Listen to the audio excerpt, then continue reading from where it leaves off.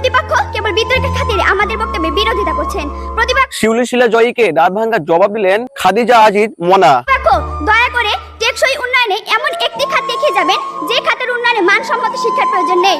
আর আপনারা যদি তেমন একটি খাত দেখিয়ে যেতে ব্যর্থ হন, আপনাদেরকে অবশ্যই স্বীকার করে নিতে হবে শিক্ষা ক্ষেত্রে বিনিয়োগই টেকসই উন্নয়ন নিশ্চিত করতে পারে। ফুল ভিডিও দেখুন, দেখলে পুরো আপনারা অবাক হয়ে যাবেন। এদের মধ্যে যুদ্ধ লেগে যাবে। জান করে আবেগে ভেসেছেন এবং সেই সাথে দর্শকদেরও আবেগে ভাসাতে চেয়েছেন, অথচ তিনি হয়তো ভুলেই গিয়েছিলেন যুক্তিতেই মিলবে মুক্তি, আবেগ দিয়ে নয়।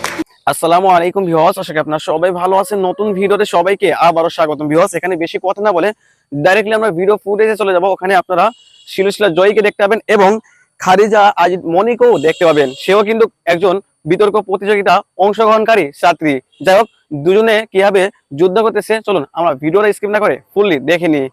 মাননীয় মডারেটর, আমাদের দেখানো শিক্ষা ক্ষেত্রে বিনিয়োগ যখন বর্তমানের পাশাপাশি ভবিষ্যতের নিরাপত্তা নিশ্চিত করছে, তখন প্রতিপক্ষ কেবল বিতর্কের খাতিরে আমাদের বক্তব্যের বিরোধিতা করছেন। প্রতিপক্ষ দয়া করে টেকসই উন্নয়নে এমন একটি খাত দেখিয়ে যাবেন যে খাতের উন্নয়নে মানসম্মত শিক্ষার প্রয়োজন নেই। আর আপনারা যদি তেমন একটি খাত দেখিয়ে যেতে ব্যর্থ হন, আপনাদেরকে অবশ্যই স্বীকার করে নিতে হবে শিক্ষা ক্ষেত্রে বিনিয়োগই টেকসই উন্নয়ন নিশ্চিত করতে পারে। মাননীয় মডারেটর, মানসম্মত শিক্ষার জন্য চাই মানসম্মত শিক্ষক, কিন্তু শিক্ষা ক্ষেত্রে পর্যাপ্ত বিনিয়োগ না থাকায় আমরা তা পাচ্ছি না। কেননা শিক্ষকদের বেতন কম হওয়ায় তুলনামূলক মেধাবীরা এই মহান পেশা বেছে নিচ্ছে না। শিক্ষকদের বেতন শুধু কমই নয় মাননীয় মডারেটর, রাষ্ট্রীয়ভাবে তাদের সাথে অবিচার করা হচ্ছে। মাননীয় মডারেটর, একজন শিক্ষকের সন্তান হিসেবে তাদের অসহায়ত্ব রোজই দেখতে হয় খুব কাছ থেকে। মাননীয় মডারেটর, গত ঈদে আমি যখন একটি ভালো পোশাকের জন্য কান্নাকাটি করছিলাম, তখন বাবা আমার হাতে কাগজ কলম ধরিয়ে দিলেন, আমার দিকে ছুড়ে দিলেন একটি গাণিতিক প্রশ্ন। একজন দিনমজুরের দৈনিক আয় 300 টাকা হলে মাসে তিনি কত টাকা আয় করেন? মাননীয় মডারেটর, মুখে মুখে বাবাকে জবাব দিলাম 9000 টাকা। বাবা আমার কাঁধে হাত রাখলেন, চুলের মাঝে হালতো বেলি কেটে বললেন, মা রে, তোর এই বাবা হাই স্কুলের শিক্ষক হিসেবে মাসে 8000 টাকা বেতন পায়। আমি কোনো প্রশ্ন করতে পারিনি বাবাকে, লজ্জায় বাবার মাথাটা নিচু হয়েছিল। পৌরাত্মের দ্বার প্রান্তে দাঁড়ানো বাবার বয়সী চোখ হতে খসে পড়ে জল। জানি না মাননীয় মডারেটর, আমার বাবার বয়সী চোখ থেকে খসে পড়া জল শিক্ষার মানকে কতটা টেনে তোলার যোগ্যতা রাখে। মাননীয় মডারেটর, এই যদি হয় শিক্ষাগুরুর জীবন, তাহলে একটা সময় হয়তো এদেশে আর কোনো শিক্ষকই পাওয়া যাবে না। এমন বাংলাদেশ আমরা কখনোই আশা করি না। মাননীয় মডারেটর, 30 লক্ষ লাশের একটি পাহাড় মারিয়ে আমরা বর্তমানে এসে দাঁড়িয়েছি। 2 লক্ষ মায়ের স্নেহের আঁচলে সাজিয়েছি দেশ। প্রতিপক্ষ বঙ্গবন্ধুর স্বপ্ন, লাখো শহীদের প্রত্যাশা আর বীর জননীর ত্যাগের প্রতিদান দেওয়ার এখনই সময়। আর তার জন্য চাই শিক্ষা ক্ষেত্রে অধিক বিনিয়োগের মাধ্যমে টেকসই উন্নয়ন নিশ্চিত করা।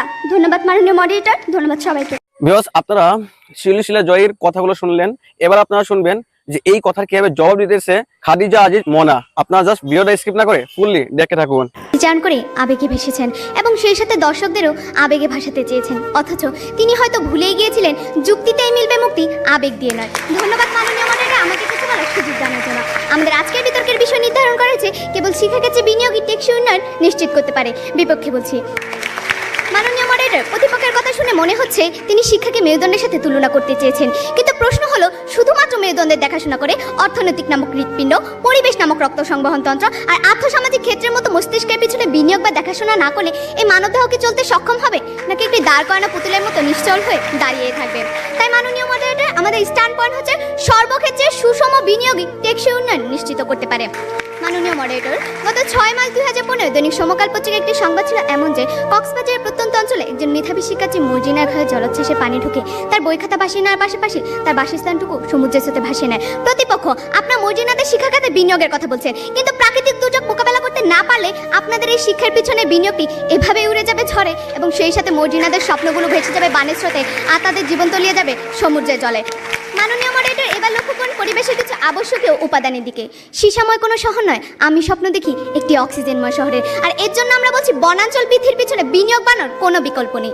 মাননীয় মডারেটর, আমরা জানি পানির কোনো রঙও নেই, গন্ধও নেই, কিন্তু ঢাকার পান বুড়িগঙ্গা নদীর পাশে দাঁড়ালে আমরা বুঝতে পারি পানির রঙ ও গন্ধ দুটোই আছে। কারণ বিশ্ব ব্যাংকের এক প্রতিবেদনে দেখা যায় ঢাকার চারপাশে 4টি নদীতে প্রতিদিন 7000 শিল্প ইউনিট থেকে 1.5 মিলিয়ন কিউবিক মিটার বর্জ্য পানিতে পতিত হয়। ঠিক একইভাবে ঢাকা শহরে এতটাই বায়ু দূষণ হচ্ছে যে পরিবেশ অধিদপ্তরের তথ্য অনুযায়ী ডিসেম্বর থেকে মার্চ এই 4 মাসে ঢাকা শহরে বায়ুতে বস্তুকণার পরিমাণ থাকে 463 এমসিএম, যা পৃথিবীর মধ্যে সর্বাধিক। প্রতিপক্ষ, এই যখন পরিবেশ দূষণের অবস্থা, তখন আপনাদের দেখিয়ে যেতে হবে পরিবেশের পিছনে আলাদা প্রয়োজনীয় বিনিয়োগের বিনিয়োগের দরকার আছে কিনা। আবার দেখা যায় রাজধানী ঢাকা সারা বিশ্বে বসবাসকারী অনুপযোগী শহরের দ্বিতীয় তালিকায় রয়েছে। এমন পরিস্থিতিতে আপনারা শিক্ষা খাতে অধিক বিনিয়োগের মাধ্যমে পরিবেশগত নিরাপত্তাটি কি করে নিশ্চিত করবেন?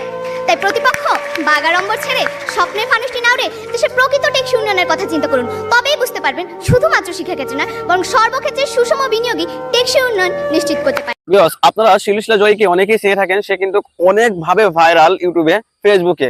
সে বিতর্ক প্রতিযোগিতায় অংশগ্রহণ করছেন এবং অনেক ভালো ভালো বক্তব্য দিতেছিলেন এবং কেঁদেও ফেলতেছিলেন। শিলুশিলার কাদা দেখে ওখানকার বিচারকরাও কেঁদে ফেলছিলেন। ভিউয়ার্স, এই শিলুশিলার কথাগুলো শুনে তার অপর সাইডের যে প্রতিযোগিতাগুলো আছে তারাও দাঁত ভাঙার জবাব দিয়ে দিছে। আপনারা এই ভিডিওগুলো দেখলেন। তো যাই হোক, বিতর্ক প্রতিযোগিতা এমনই হওয়া উচিত। আপনারা দেখছেন, যদি ভালো লাগে থাকে অবশ্যই লাইক করে দিবেন। দেখা হইতেছে সামনে আবার কোন একটা ভাইরাল ভিডিওতে। সেই পর্যন্ত সবাই ভালো থাকুন। আল্লাহ হাফেজ।